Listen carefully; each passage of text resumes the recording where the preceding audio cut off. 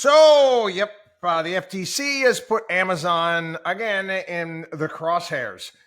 Lina Khan, who we've talked about here on the podcast and the radio show, she's almost like a cross between Glenn Close in Fatal Attraction and Ann Wilkes from the movie Misery.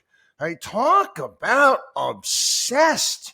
This woman is obsessed with Amazon going back to her college days. And it's the reason why she got the job at the FTC in the first place, because she wrote a paper saying Amazon is bad, okay? And it wasn't based upon the consumer and whether or not the consumer benefited from Amazon.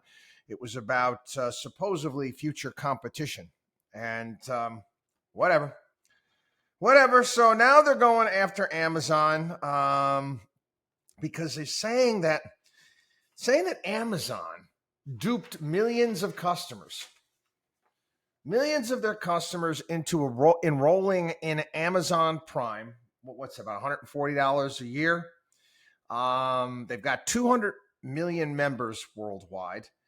And again, I mean, without a doubt, I mean, I think it's bloody fantastic. I love the service. I use it all the time. Actually, more often than not now. Like I said, I don't like going to stores I used to go to. I don't like having to find somebody to unlock the deodorant when I need one at CVS or Walgreens.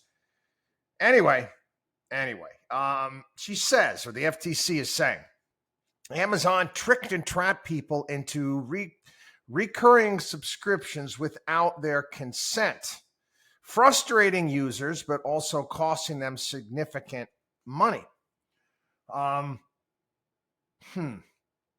Okay. Manipulative, coercive, or deceptive user interface designs known as dark patterns. I haven't heard this one. This is new to me. Dark patterns. It's a term for design tactics that prompt users into actions that benefit the company, but not necessarily the user.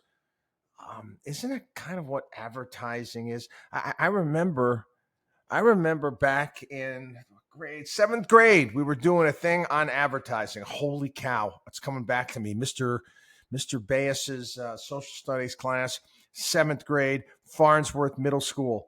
And we did this whole thing with subliminal advertising where you'd have these little pictures. We'd find these little pictures inside an ice cube in a glass of black velvet. Remember those ads that they had? Again, this is going way, way, way back. And cigarette manufacturers and how they put subliminal ads in there. Your brain picks up on this stuff and makes you want to buy.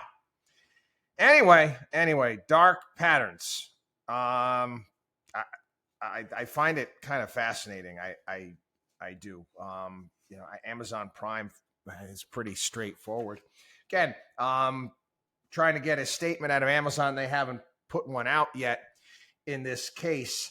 But again, you've got an FTC here in this country that is on the warpath. They're on the warpath. And listen, I talk about this all the time, about the need to break up monopolies and true monopolies that we're out there. But the true monopolies that we have are companies that are working hand in hand with the government. And we talk about that in terms of regulatory capture. I mean, banks, for example, too big to fail. I mean, that seems to me a much bigger issue.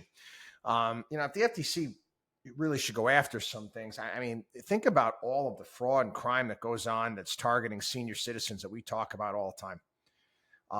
We have clients that they ask questions. They call up. I got a call from Amazon, and they said that I had to do this, and this. Someone got my card. It's not Amazon. It's some con artist out there. There's plenty of them, and nothing really ever seems to get done with this and all of these scams. But we're going after Amazon now because dark patterns. They're tricking people. They're using the force to get people to sign up for Amazon Prime. Anyway, watchdogonwallstreet.com.